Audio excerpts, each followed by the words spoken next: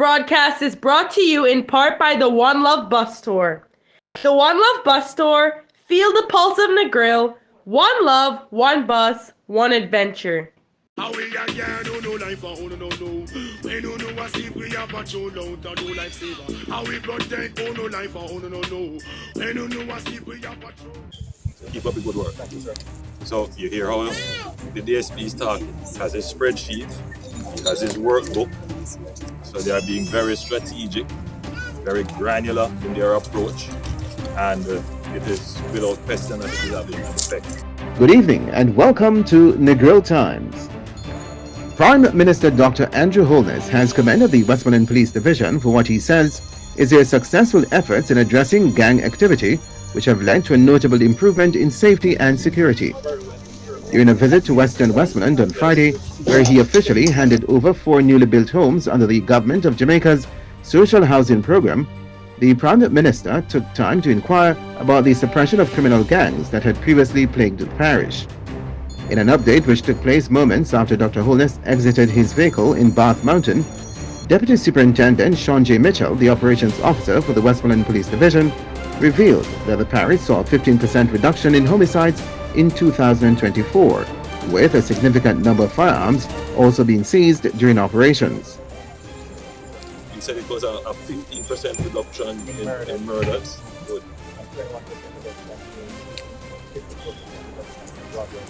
As well as we're seeing a significant increase in the number of firearms seized. That is we have seen 14% reduction, increase in the number of firearms. Very good. Keep that up. Very good. The Prime Minister praised the police for their strategic and meticulous approach in tackling gang violence, highlighting that Westmoreland, once known as a stronghold for gang activity, has seen a marked improvement. Excellent. Tell me something. What is the status of the gangs in this area? Are you still seeing a significant gang activity, or have they been degraded? There has been significant degrading of gang activities, particularly in this geographic space, which is what we call Zone 2. Which takes into account Morgan Street and home policing districts, where we have our main sporting camps. And what has happened over the last years that we have been really so much so that we have had very little in terms of police presence. So we have been going at it. We have our vulnerable workbook that we look at on a monthly basis. We build that out. We have a spreadsheet on the number of areas and the operations that we can do. And because of that, we've been able to achieve that. So you hear how the DSP is talking. He has his spreadsheet, he has his workbook. So they are being very strategic, very granular in their approach, and it is without question that it is having an effect. We look very carefully on the parish of Westmoreland, because you will recall that in the last 4 or 5 years, Westmoreland was one of the areas that contributed significantly to the high murder rate nationally. And we developed a plan, a very strategic plan, that focused on the kind of kinetic operations. You are the ops man again. You are the operations manager, right? So you would be in charge of the actual activities that go after the criminals. But then in parallel to that, we put in place a zone of special operation. We had several other interventions and significant social interventions, and those have also worked. And when you put those two strategies together, along with intelligence and targeting the people who are actually the violence producers, the policing becomes more targeted.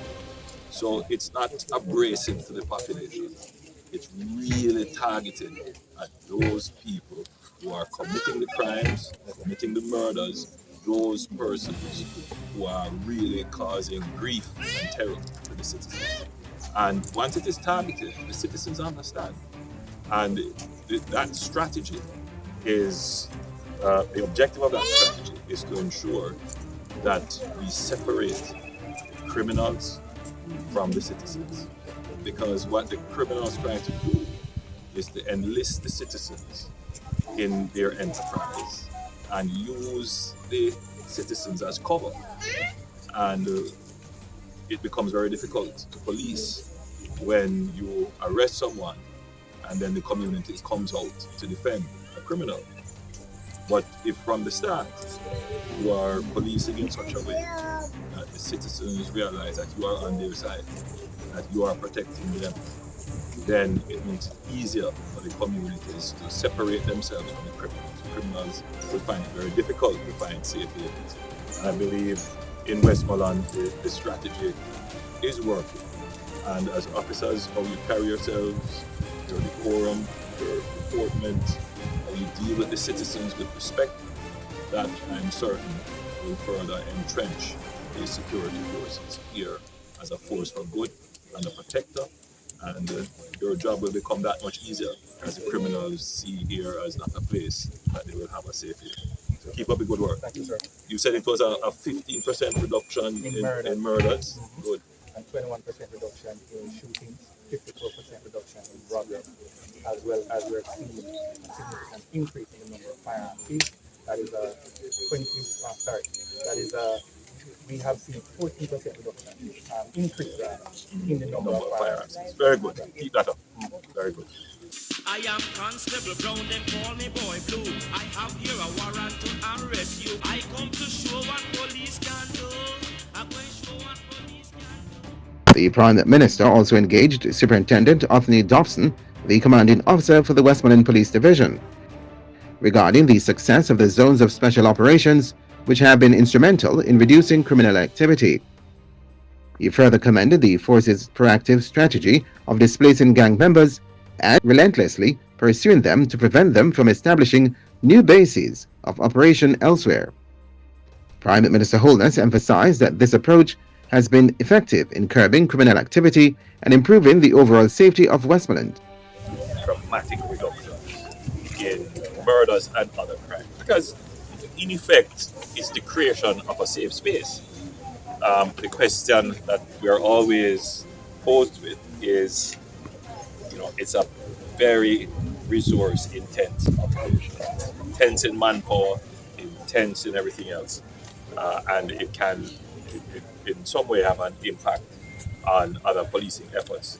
But in practice, though it has been a resource intense operation, it hasn't really negatively impacted other operations. In fact, what has happened with that is that it has helped to reduce crimes generally overall, because it expels the gangs, breaks up the space.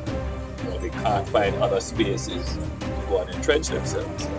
So there might be other communities in Westmoreland and generally Jamaica that we are looking at now to have established other zones of special operations. For us, it has worked. It has worked tremendously in that space. It might take additional labor, but it also displaces some of the gang members. And when they're displaced in other areas, it becomes easier for us to work. Yeah. So the traditional thought with displacement is that you're squeezing one area and they just go to the other, but it doesn't work because you are being very agile in your pursuit of them, so they don't have an opportunity to entrench themselves in other areas. So the strategy has worked. Works, definitely. So keep up the good work, Sue. Practice. Very good. This concludes today's edition of Negril Times. Please like and share, leave a comment. Thank you for your time, and we hope to see you again soon.